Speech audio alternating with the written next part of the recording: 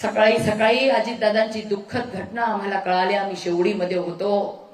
पण तुम्हाला मी सांगते, पहिल्यांदा आमदार म्हणून गेली, सभागृहामध्ये दादा बसले होते, मला जवळ बोलवलं, शेजारच्या बाकावर बसवलं, पाठीवर हात थोपटली की तू बेटा, तुझं वय तुझ्या हातामध्ये, खूप लहान वयात तुला संधी मिळालीये, खूप मोठी हो, खूप चांगलं काम कर, बाबांना अभिमान वाटावा असं काम तू कर, आणि बाबांना सांग माझं लक्ष तुझ्याकडे आहे।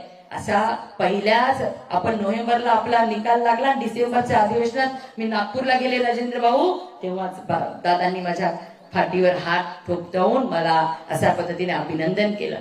आणि म्हणून राज्यमंत्री म्हणून काम करत असताना सुद्धा ते उपमुख्यमंत्री होते। सकाळी 8 पासून आढावा घ्यायचे वेगवेगळ्या विभागाचा, 5-5 खाते असल्यामुळे दादांच्या सोबत अनेक वेळा आढावा बैठकीला बसण्याची संधी मिळाली। आणि राज्यमंत्रीला काय विचारायचं असं कधीच नाही, मेघना सांग तुला तुझे काय विचार आहेत, तुझ्या काय संकल्पना आहेत, तुला अजून काय सूचना करायच्या आहेत का, असं मोठं मन नेहमी दाखवायचे। आणि प्रत्येक वेळी मीटिंग सगळा आढावा झाल्यानंतर विचारायचे, राज्यमंत्र्यांना काही बोलायचे का बोला, अशा पद्धतीने आदर सन्मान नेहमी द्यायचे। आपले जिल्ह्यातले विरोधकांना कधी पाहिजे नव्हतं की भाजपाचा पालकमंत्री व्हावा, दिदी सहयोगी पक्षातल्याच काही लोकांना ते आवडत नव्हतं। लॉबिंग केली, पालकमंत्री देवेंद्रजींनी बनवलं, पण यांची चालूच, ही मंत्री अशी चुकायली तशी चुकायली, कारण लेकीचं वर्चस्व कसं काय चालेल।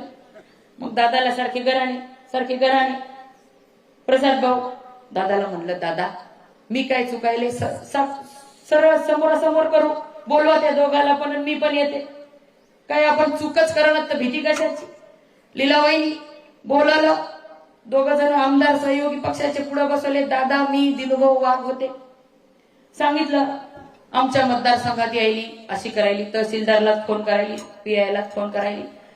दादा म्हणले अरे ती काय फक्त जिंतूरची पालकमंत्री आहे का, ती जिल्ह्याची पालकमंत्री आहे, तो तिचा प्रिव्हिलेज आहे, तो तिचा अधिकार आहे, आणि तो अधिकार ती वापरणार, तिच्याकडे लोक आले तर त्यांचे काम करणं हा तिचा काम आहे, आणि ती करणार, तुम्ही तिला शिकवायला जाऊ नका। किती छाती भरली गर्वानी की एवढ्या मोठ्या मनाचा माणूस, असा नेता, कणखर बोलणारा, आणि तेव्हापासून ह्यांच्या खोड्याच बंद झाल्या। कारण की बघा तुमच्या सगळ्यांच्या आशीर्वादाने बोर्डीकरांच्या घरात जन्माला आली, माझं काहीतरी पुण्य भाग्य, कारण बोर्डीकरांच्या घरात जन्माला येणं म्हणजे खूप पुण्य करावं लागतं। आणि आल्यानंतर सगळं काही न मागता, चांगले सासू सासरे, माझे सासरे नेव्हीमध्ये अधिकारी होते, देशासाठी 3 लढायांमध्ये ते लढले होते, अनेकांना माहिती नाही।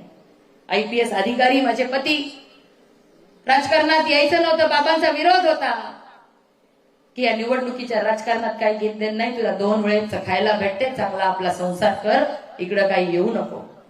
पण अशा काही घटना होत गेल्या, आणि नेहमीच तुम्ही लोकांनी मग बोरीमध्ये उभी राहिली, निवडून आले,